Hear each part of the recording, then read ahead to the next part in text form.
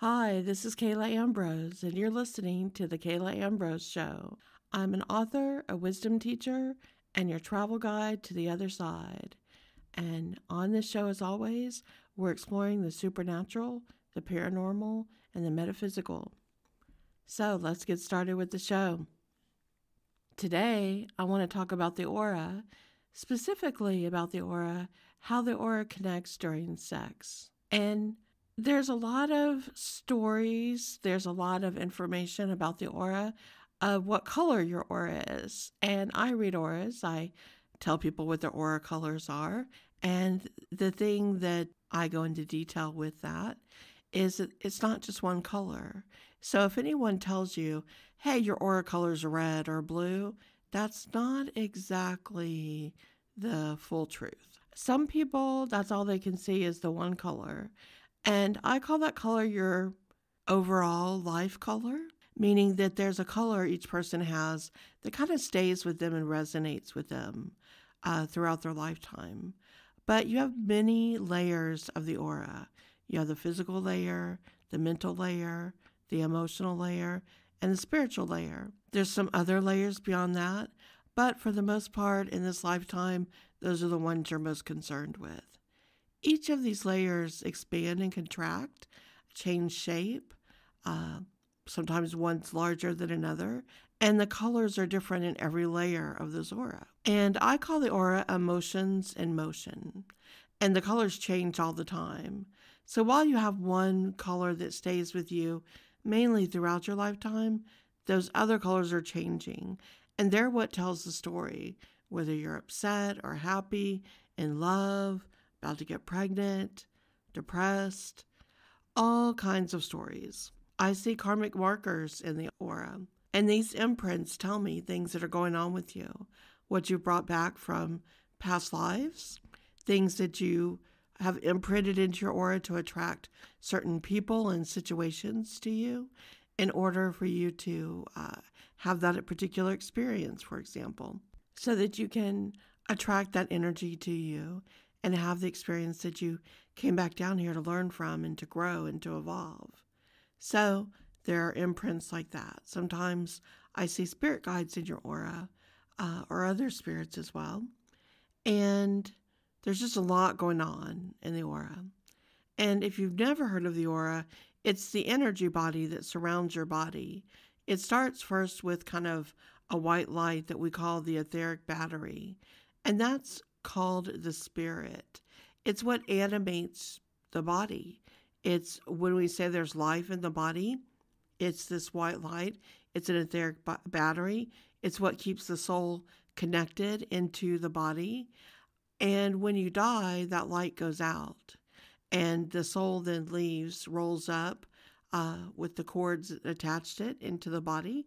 And the etheric battery dies and the soul departs. So even if you haven't learned to see auras yet, you can see this light in people, this etheric battery that I'm talking about. It's the light in the eyes. And that's why it said the eyes are the window to the soul. The spark, the light that you see in the eyes shows you the aura of the person. So if you ever want to see the first level, gaze into someone's eyes and you'll see that spark. I teach people how to see auras in my aura school and in my book, The Awakened Aura. And I have a pretty good success rate of getting people to learn how to see the aura, starting with first seeing the white light around the body, and then later as they practice more, seeing the other layers and colors. So you've got this energy body around you. It stays with you your whole life until, like I said, the moment of death. And then it rolls up with the soul and it leaves. And it carries everything that you've experienced in this lifetime. The only thing you don't take with you when you die is your body. The body's not important. The body falls to the ground when you die and immediately begins to degrade.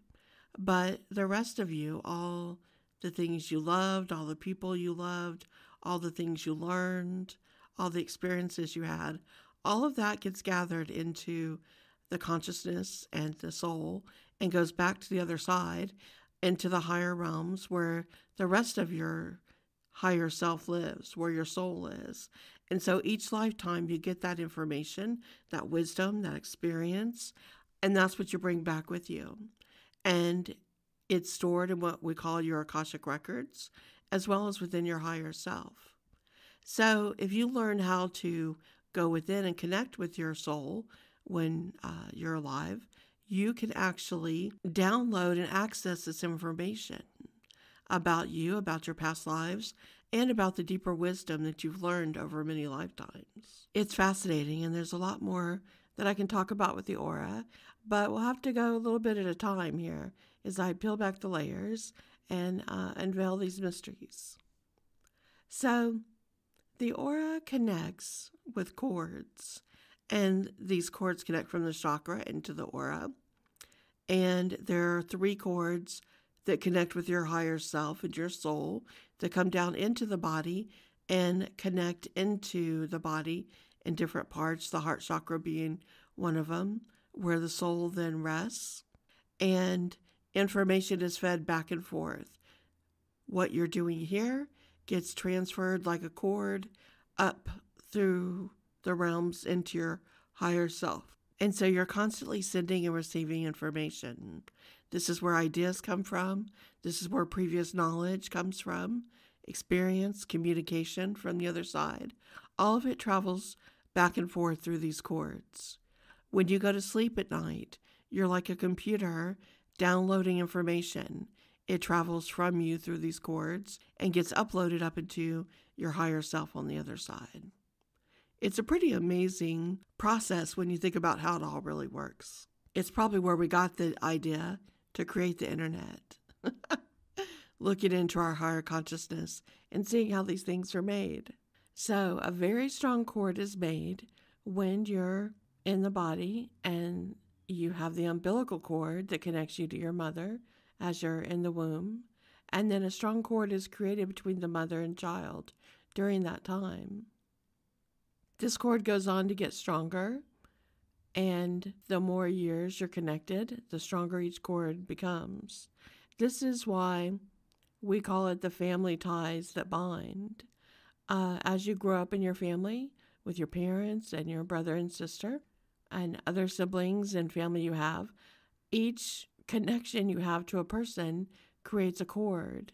Now, if it's a person you spend a lot of time with, that you have a great love for, you're connected with, the cords get stronger and stronger. You have a cord that reaches out to them. They have a cord that reaches out to you. And these cords connect. They're kind of like plants. If you've ever seen ivy or a stalk of a plant that's growing, and the little tendrils of the stalk come out, and then they catch on to something like ivy does. Those tendrils reach out and they connect to a fence or a tree, and then they start growing up the side of the tree or covering the fence. The cords do the same thing. They connect and they wrap around each other and they get thicker and stronger. This is why many times we talk about mother's intuition, and it's really that the cord is so tight between the mother and the child that they can feel each other's energy stronger. And so a mother can feel when her child is upset or in danger or sad. There are stories of this even when sons were sent off to war, and now daughters too. And the mother would feel something was wrong with her child even though they were halfway around the world, and know that something had happened, like when they were shot or injured. These cords are very strong. And so you create these cords with your family, and that's where that came from, the saying, family ties that bind. And then also when you grow up, they say, oh, the mother's cutting the cord, loosening the apron strings. And what they're really referring to are the cords in the aura, that those cords have to be cut for the child then to become an adult and to go out into the world and not be as connected. So the cords aren't really completely severed, but there's a loosening of them. And as there's less energy spent at home and more being an adult on your own, the cord remains attached, but it grows thinner. It's not being fed and receiving the same energy like it was when you were a child and connected. And so then as you create new friendships, those cords become connected, and the more energy you put into a friendship, the stronger they get. And those are bonds. We call them bonded with that person, brotherly bonds, uh, the bonds of friendship. And then when we fall in love, we create cords as well that attach. And these cords during love are very strong. And because we open up so deeply in an emotional way, we connect cords from different chakras with this person. Because in these relationships, we're also physical. We are having sex with this person. So we're connecting in the most intimate way possible in the physical world, as well as in the mental, emotional, and spiritual world, if you're doing it right. And I say right, meaning if you're doing it where you're really making love and not just having intercourse. And there is a big difference. And that's a concern right now in the world because a lot of people have forgotten the importance of that and just think of sex as a physical activity. And a lot of people are thinking that it's okay to see it just as recreational. And if that's your preference, certainly you're right to do so. But it does have an effect on your aura, and it does have an effect on your chakras, and it does have an effect where your prana, your chi, your energy goes every day. And so when you're doing it more recreationally and just at the physical layer and level, you are degrading that chi, that energy. And eventually that begins to affect you. It lowers your energy vibration and can make you have less energy and not feel as happy. And the more partners you have, if you continue to do so on that way, where it's more of just a physical activity and a small connection otherwise, it does drain your energy, and it drains what we call the vital energy out of the chakras. And then that is then felt and seen in the aura. Now, it doesn't mean that you have to have one partner your whole life, but it means, do you choose partners that you have a deep connection to? And so when you connect with a partner in a loving relationship or as a lover, depending on how quickly it goes from meeting that person to sleeping with that person, has a big effect on the aura and chakras. So when you first meet a person and you're physically attracted to them, you desire them, you have, let's say, a lust for them. You don't really know them as a person. You just are attracted. You feel a chemistry. You feel a hormonal connection to, I like that person's attractive. I'd like to be with them. So if you go from that into having sex with them on a fairly quickly basis, then what happens is the first cord that connects is the second chakra, which is also referred to as the sexual chakra. And so the cord from that chakra reaches out, and the cord from their second chakra reaches out, and those two say, hey, let's connect. And so if you go quickly then into having sex with that person, that's where you connect at the second chakra. Now, what happens then is that's the cord that's getting the strongest, that's getting the most energy. So there's a lot of energy being pulled and pushed back and forth there. And it then takes longer for the energy and the consciousness to rise between each person. Usually what happens after that point is if you meet a person and you have sex with them pretty quickly, and people are always asking me to define time. So pretty quickly is in the first month of knowing them. Now, if you met this person for the first time and you spend all that month really getting to know them without engaging sexually with them, and you're just talking, you're spending time with them, you're doing things with them, having experiences, and you really, really get to connect with that person, what you're doing is opening up the other chakras. You're allowing what started as a hormonal chemistry attraction to then go up the other chakras. You engage in the third chakra, which is the seat of will and willpower. And you may have a test of wills with this person who's going to be the strong-willed one. You may argue with them. You may have serious discussions where you find out what they're strong about, some of their beliefs, what you're strong about, what you disagree on, as well as what you agree on, and what you may argue and not get along with. That's important in that third chakra. Those chords are connected and you learn, can there be balance? Can we pick our battles? Can we have disagreements and disagree as well on topics, but still treat each other respectfully? And sometimes let it be their way and sometimes let it be our way. Can you do both? And then you connect up in the throat chakra. The more you talk, the more you communicate, the more you're sharing ideas and thoughts and opinions and history. And so the throat chakra cord begins to connect as the two of you begin to express yourselves. It also is connecting there through kissing. So during this time, and again I say a month, which isn't a perfect unit of time, because if you've only gone on a date with a person once a week for a month and only seen them for a couple hours each time that week, that's not a lot to go on. If you're seeing and talking with that person almost every day since you've met them and really going deep, sharing and communicating and getting to know each other, as well as spending time in the physical, then a lot of the other chakras are able to connect. Now, when I say this, I repeat in the physical, because if this is a person you met online on a dating app and all you're doing is texting with them, talking on the phone, maybe doing a FaceTime or Zoom, that is not the same. It has to be in the physical where the two chords are able to connect in the physical and where you're really seeing that person completely, not just through video.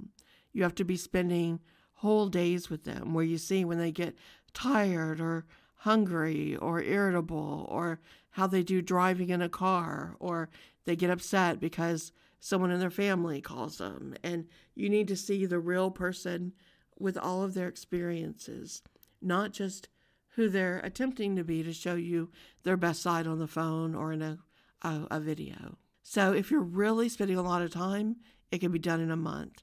If you're not, it's going to take a lot longer. And so next then, the heart chakra opens.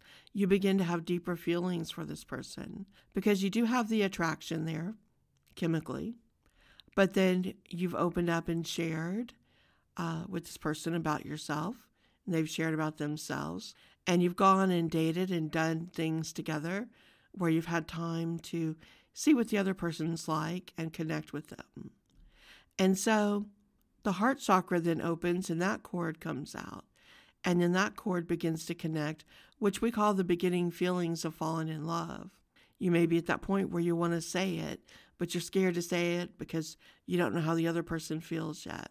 But when the feeling gets too strong in the heart chakra, you won't be able to stop it. You may blurt it out in excitement, or you finally just have to say it because you feel it so strong. Now, if you're really spending time with this person in their physical space and looking into their eyes a lot and maybe kissing them a lot, you're going to start to feel how they feel by looking through their eyes. And so those are the windows to the soul. That's how you really see what the person is feeling. Then at that point, when these connections have made through third chakra, fourth chakra, fifth chakra, the sixth chakra starts to open up where you get more intuitive with the other person. And this is how, when you meet couples who have been together for a long time, these cords are so strong that they know what the other person's thinking. They can reach out to the other person and that person can feel them thinking about them and reaches out. They can finish each other's sentences. They kind of instinctually know what the other person likes. These cords, when they're connected and are given time then to grow and connect in this way, become very strong and very healthy. And so then, if the last thing you do after you've connected these other cords is to have physical intercourse, to have sex, the difference is widely felt because those other cords are so strong that now there's a deeper connection when you go to have intercourse because now it's making love. And it's called making love because the heart chakra is connected with those cords and the other chakras are connected, and you're truly seeing the person who they are and they're seeing you for who you are. There's what's called a knowing. And so there's a deeper connection. And then when you make love, that cord then gets stronger and more connected. When you do this the other way and you start early on having sex, you've talked to the person, you've got to know them a little, you've been on some dates, but you really, really haven't connected at that level. Now, some people might think they do because they fall in love easily, as they say, but that's not really falling in love. That's infatuation. That's wanting to be in love with love. That's loving love so much that you will agree that you feel in love because you just want it so bad and so much. So you kind of fall in love at the drop of a hat, but you can fall out of love just as easily. Unless you're infatuated and just wanting to be with someone so bad that you'll hold on to that feeling, trying to make it real. But it's not really real. It's more of a compulsion to want to make it real. And that's an infatuation. But otherwise, most people at this point, if they have sex early on, know they're not in love, but they're in love with the idea of potentially being in love with this person.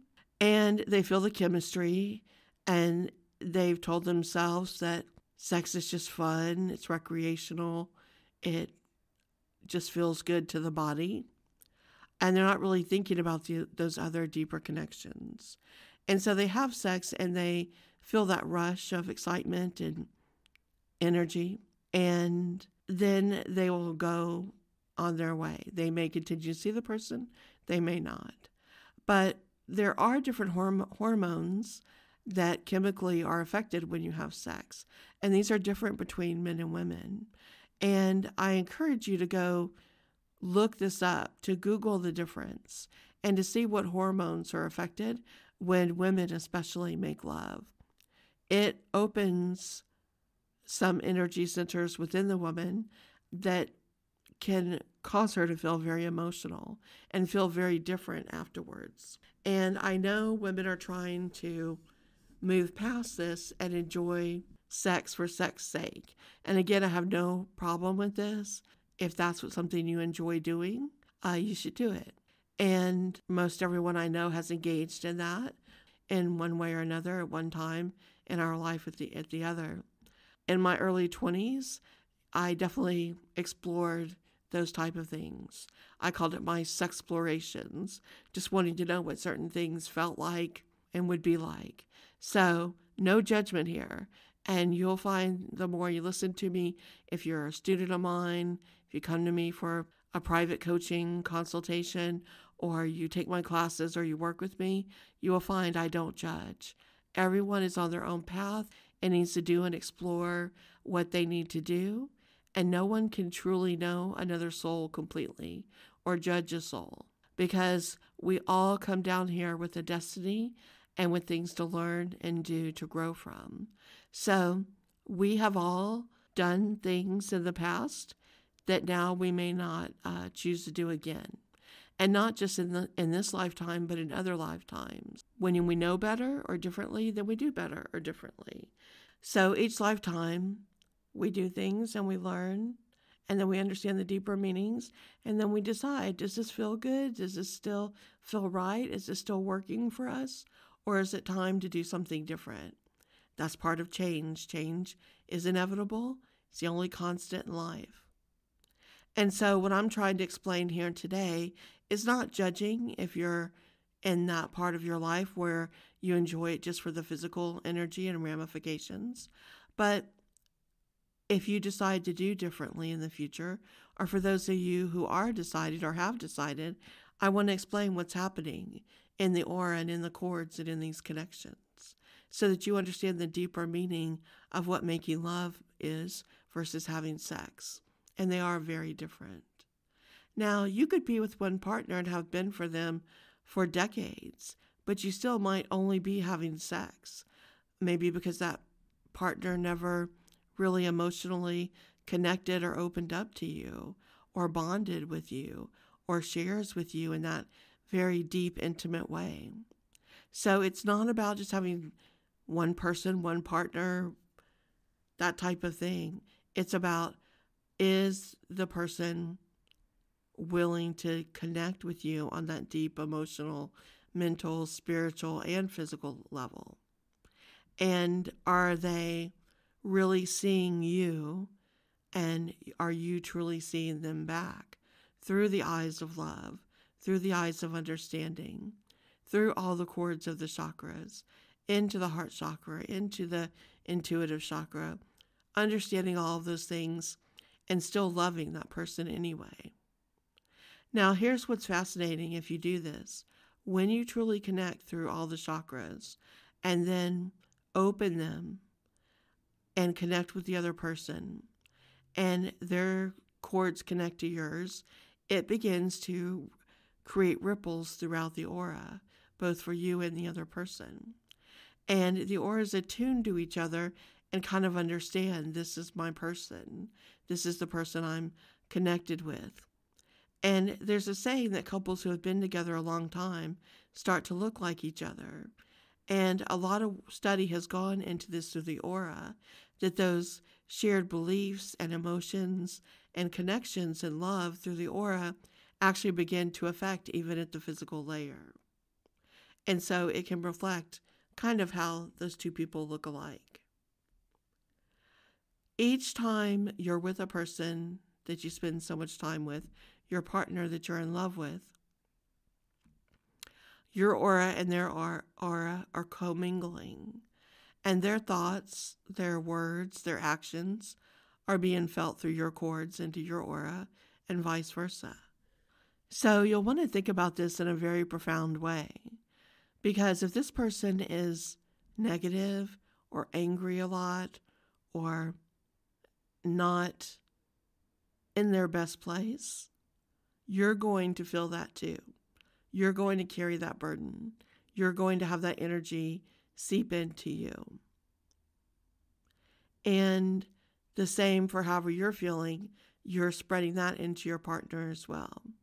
And this is why as some people grow and change and evolve in a relationship, they no longer feel the connection with the person. What happens is their aura, whether their energy level's going way up and they're evolving in a good way and they're getting lighter, they may feel the connection severing because the energy they're emitting is now too high for the other person, so it's not able to go through those cords. And the energy that the person on the other side is emitting is such in a lower vibration that it's not really able to raise up and go through the cords of the other persons who have evolved higher. It kind of gets blocked and dies off there. The higher level energy won't let it through. So there starts to be a disconnect. And so that's why when you hear about a lot of divorces or breakups, and one person says they just felt estranged or not connected to the other person, that's actually what's happening in the cords and in the aura. One person's interest and thoughts and energy is focused on a different direction that's no longer aligned with the others. Sometimes it's because one person's leveled up. Sometimes it's because one person's leveled down.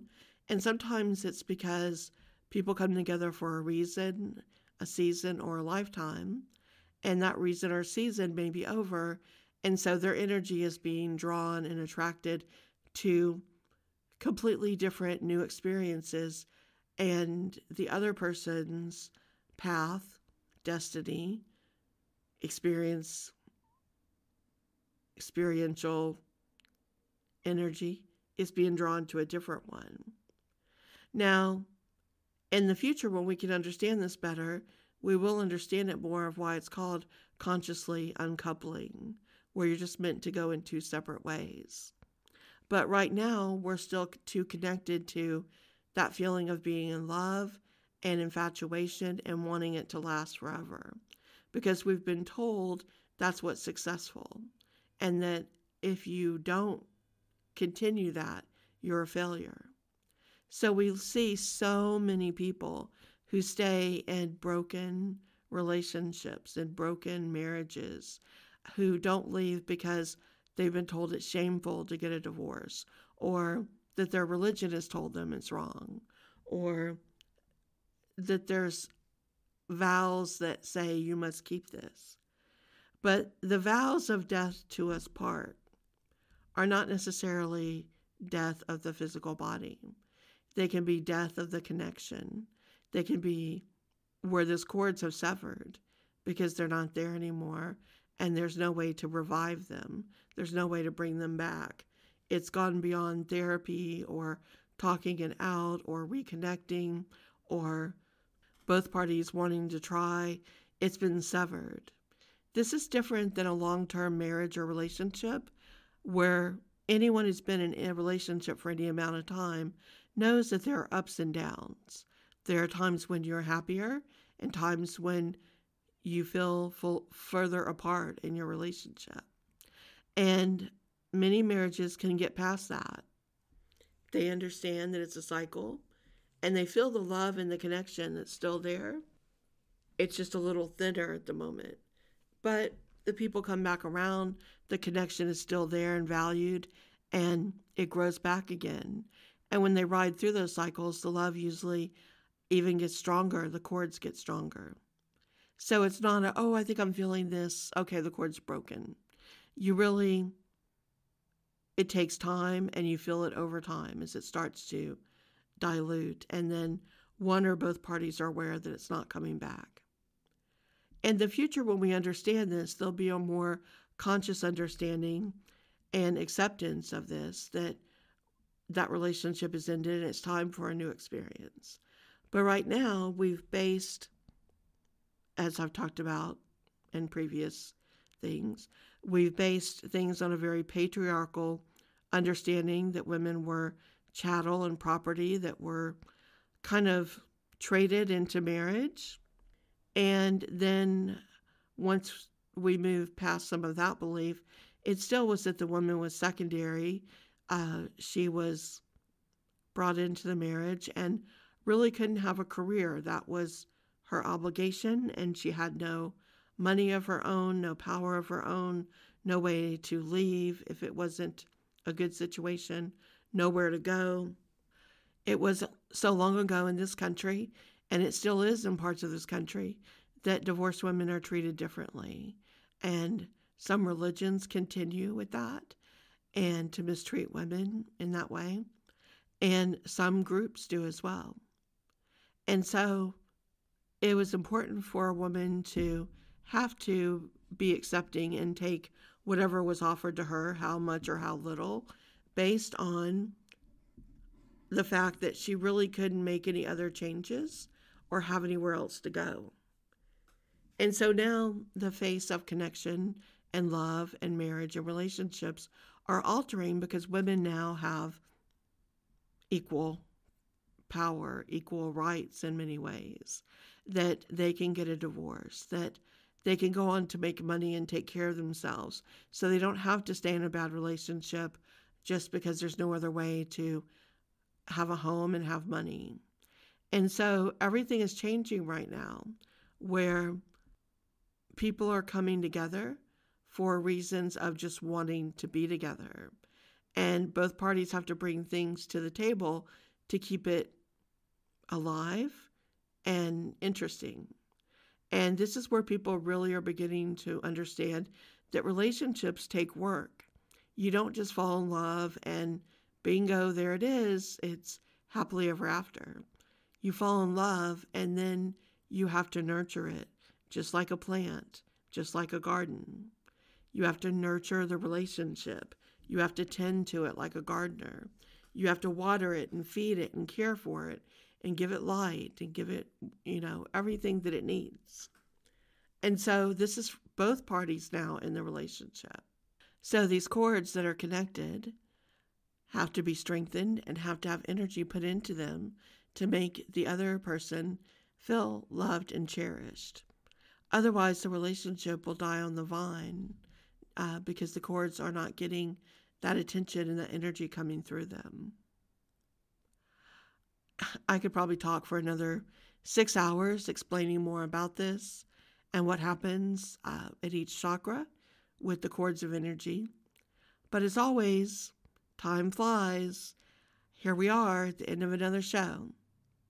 I'd like to remind you, if you're interested in these shows, please click the subscribe button on iTunes. I'm not sure what it is on Spotify. I think it's like to click on there. However you're listening to me, Google Podcasts, wherever you are, please do whatever it says to do on there so that you'll get updates if you like this show and know when I'm back with a new one.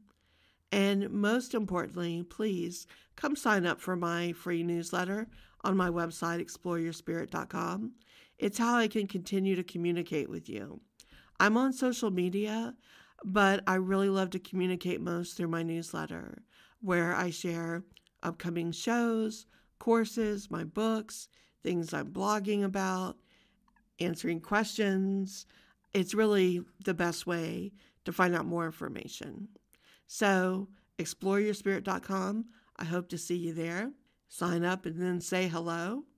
And thanks as always for listening to the show. I hope you're enjoying these episodes.